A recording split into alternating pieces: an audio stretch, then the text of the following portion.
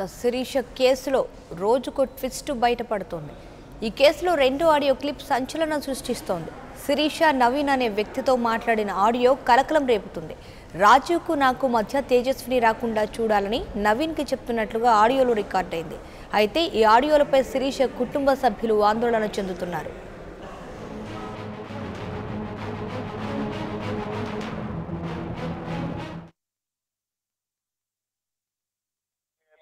కలుపుతా లైన్ లో కలుపుతా అందరే మాట్లాడతాడు. ఓకేనా? వద్దు ఇంకా వదిలేసేయండి, అనవసరంగా ఏం లేదు, ఇప్పుడే మాట్లాడి పెట్టేసి అందరం మాట్లాడినాం. నేను మాట్లాడినా, ఏమని మాట్లాడారు? మామూలు మాట్లాడినా. మన సరస్సు నేను ఎవరు అనుకుని మాట్లాడినా. మళ్ళీ ఈ మనిషి ఏమో నువ్వు పట్టుకుంటున్నాడు, నువ్వెంత నీ బతికేంత అన్నట్టు మాట్లాడుతున్నాడు అంతూ. అయితే నువ్వేం మాట్లాడు? నేను ఎవరు నువ్వు అనుకుని, అంటే మన ఫ్రెండ్, వీళ్ళ ఫ్రెండ్ ఏమో మామూలుగా గుంజుకుని నేనే ఫోన్ ఇప్పుడు ఎందుకులే మాట్లాడుతా అయిన తర్వాత మామూలు మాట్లాడుతుంది. నందు మాట్లాడుతుంది. ఇంటలే. హలో చెప్పు. చెప్పు. ఏమని తిట్టారా దాన్ని? తిట్టాను. ఓకేనా? నా నెంబర్ ఎలా వచ్చిందని అడిగిందా? ఏం మాట్లాడాల. అవి ఆడ తెలిసి ఈడు తెలుసు అన్న ఇది అంది. ఏమంది? ఇవాళ నాకు ఆడ తెలిసి ఈడు తెలుసు అంది. ఎవరు తెలుసు అంట? ఏమంటుంది? నీకు నెంబర్ ఎవరు ఇచ్చారు? నేను చంపిస్తా, బెదిరిస్తా అంట. ఎవరు? నన్ను ఏంటి ఏమంటుంది అసలు? సైలెంట్ అయిపోయింది. ఇంకోసారి నీకు కాల్ చేయదు. నాకు కాదు, రాజు కాల్ చేయదు. చేస్తున్నా చెప్పు. చేయదు అన్నాగా. రాజుకి నాకు ఇద్దరికి చేయదుగా. షూర్ చేయదు. ఒకసారి రాజుకి ఒకసారి ఈ నెంబర్ కాల్ చేయమని చెప్పు. చెప్తాను. ఎందుకు పాపం తను ఇన్వాల్వ్ చేయడం, తన టెన్షన్స్ అనుకున్నాను. కాల్ చేయమని చెప్పవే అన్నయ్య. ఆడంటావేంట్రా? చంపేస్తాను. ఆడు కాదు కదా, కుర్రోడే కదా. మనోడైతే రాజు వచ్చినా సరే, నేను చేయమంటాను. ఆడకి రాకో నాకు కోపం వస్తుంది. నువ్వైతే మా ఇద్దరు జోలికి రాకుండా చూసుకుంటున్నావుగా. హలో, మా ఇద్దరు జోలికి వచ్చిందంటే నేను నిన్నే అడుగు.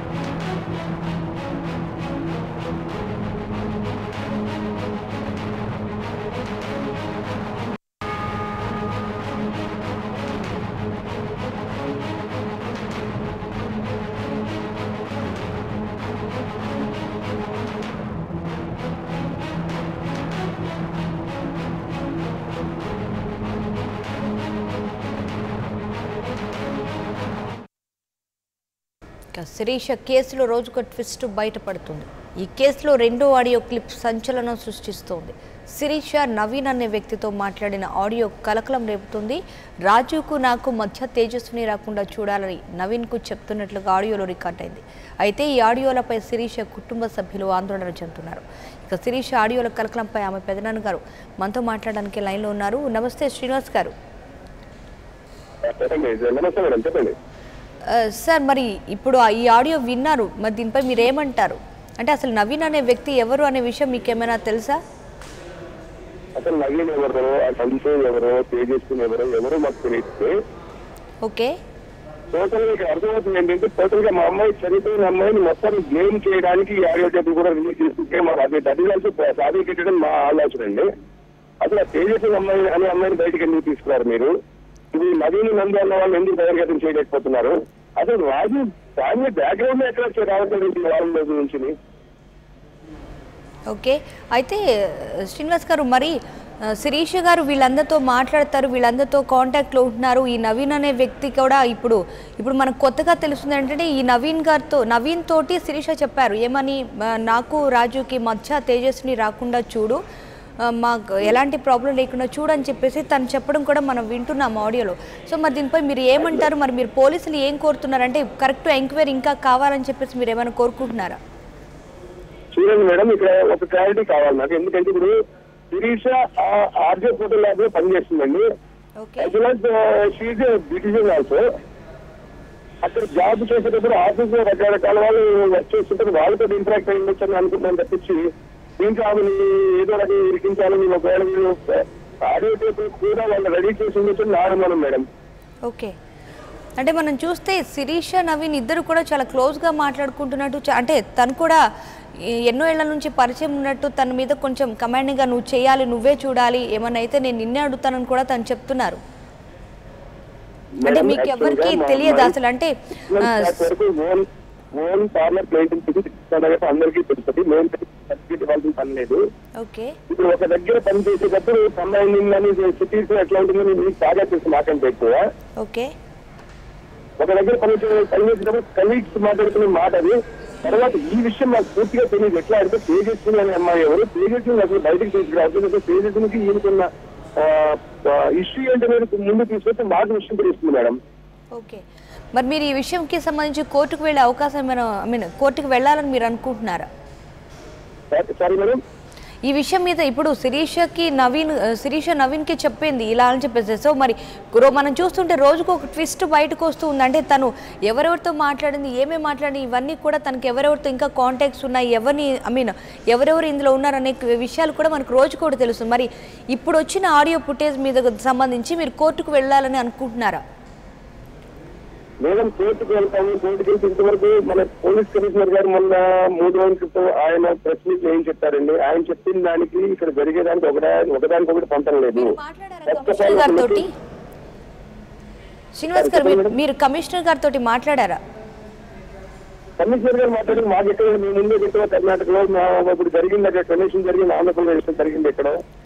అసలు ఒకదానికొకటి లింక్ లేవండి.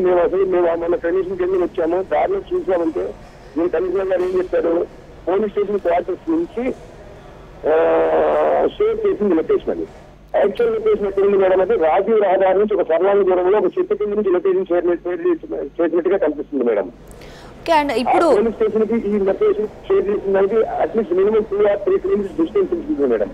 ఓకే, ఆ మాత్రం తెలియదంటారా? పోలీసు వాళ్ళు వాళ్ళ స్టైల్లో వాళ్ళు ఇన్వెస్టిగేషన్ చేస్తారు. కమిషనర్ గారు అనేంత ఆయన విమర్శించేంత స్థాయి నాకు లేకపోవచ్చు, కానీ వాస్తవాన్ని మీరు ఎందుకు ప్రదర్శించారు అంటే మీరే కాదు, మొత్తం టోటల్ మీడియా చూస్తుంది కదా మేడం.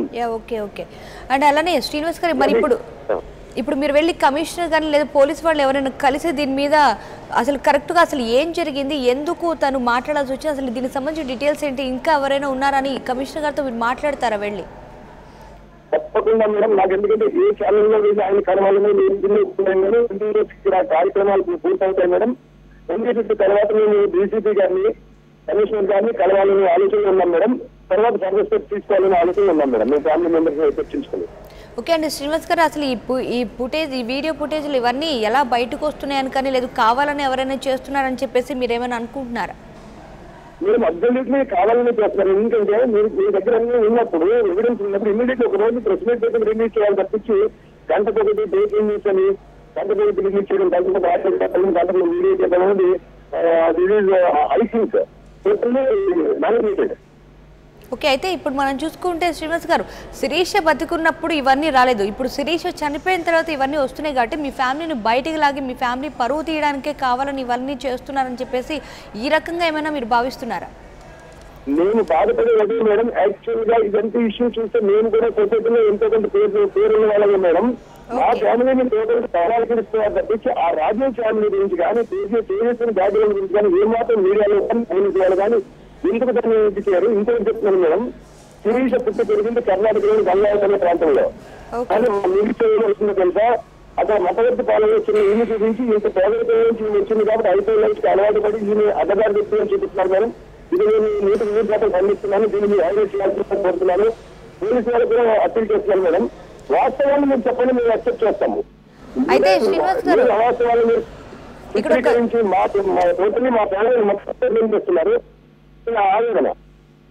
అయితే శ్రీనివాస్ గారు, ఇక్కడ ఒక చిన్న డౌట్. ఇప్పుడు శిరీష ఉన్నప్పుడు మీరు ఎవరితో మాట్లాడుతుంది ఏంటని ఎప్పుడు తనని ఎప్పుడు ప్రశ్నించారు? మీరు చెప్పారు తను ఒక బ్యూటీషియన్ అండి, తనకి రకరకాల పరిచయాలు ఉంటాయి, అందరితో మాట్లాడచ్చు అని చెప్పారు. బట్ మీరు ఎప్పుడు తనని అబ్జర్వ్ చేయలేదా?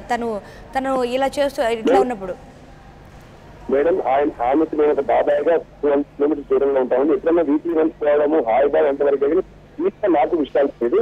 వయసు మధ్యలో బాగా ఉండేవారు, వెళ్ళినప్పుడు బాగా ఉండేవారు. ఎప్పుడైనా వెళ్తూ ఉండే వాళ్ళ ఇంట్లో ఉండడం రావడం ఇంతవరకు మా ఇదండి. తర్వాత వాళ్ళు మా పేరెంట్స్ 350 కిలోమీటర్స్ దూరంలో గంగావతిలో ఉంటారు. ఎప్పుడైనా అడ్జస్ట్మెంట్ వెళ్ళడం, అమ్మాయి రావడం ఇంతవరకు టోటల్ డీప్ గా విషయాలు అంటే మాకు తెలియదు మేడం. మీడియాలో చెప్తున్నాను, మేము కూడా ఏంటి ఇంత పెరిగిందా ఏంటి మా అమ్మాయి గురించి మాకు తెలుస్తుంది మేడం. ఎందుకంటే చిన్నప్పటి నుంచి పెంచిన వాళ్ళం మేము, పెళ్లి చేసిన వాళ్ళం మేము. ఓకే శ్రీనివాస్ గారు, ఫైనల్గా మరి మీరు మీడియా నుంచి కానీ అలానే పబ్లిక్ తరపు నుంచి, అంటే ఇప్పుడు మీ ఫ్యామిలీకి ఒక రకంగా ఇది డ్యామేజ్ అయింది కదా, ఒక పరువుకి సంబంధించిన విషయం కాబట్టి మరి మీరు మీడియా తరపు నుంచి కానీ అటు పోలీసుల నుంచి కానీ ఇటు పబ్లిక్ నుంచి మీరు ఏం డిమాండ్ చేస్తున్నారు?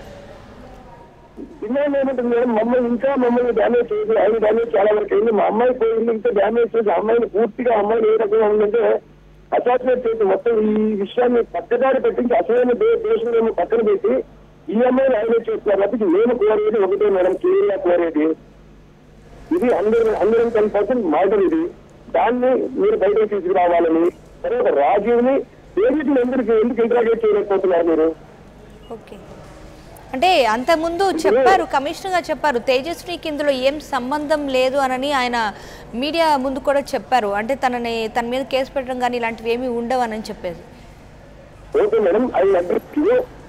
కానీ ఇప్పుడు రాజీవ్ 1000 కాల్స్ పైగా రికార్డ్ చేసుకున్నారన్నారు. దాంట్లో తేజస్విని ఆడియో రికార్డ్స్ ఏమైనా ఉన్నాయో మీరు ఎందుకు ఆడియోలో మీరు ఎందుకు చేయాలి, ఆడియోలో మీరు ఎందుకు ఇది చేయాలనేది నా అభిప్రాయం మేడం, నా డిమాండ్ కూడా.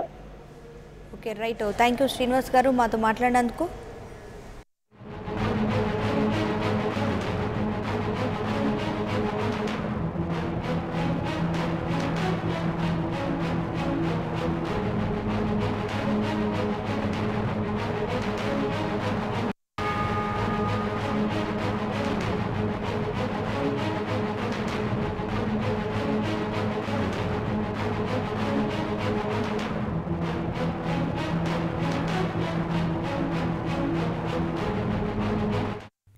For more updates, please subscribe 99 TV Telugu.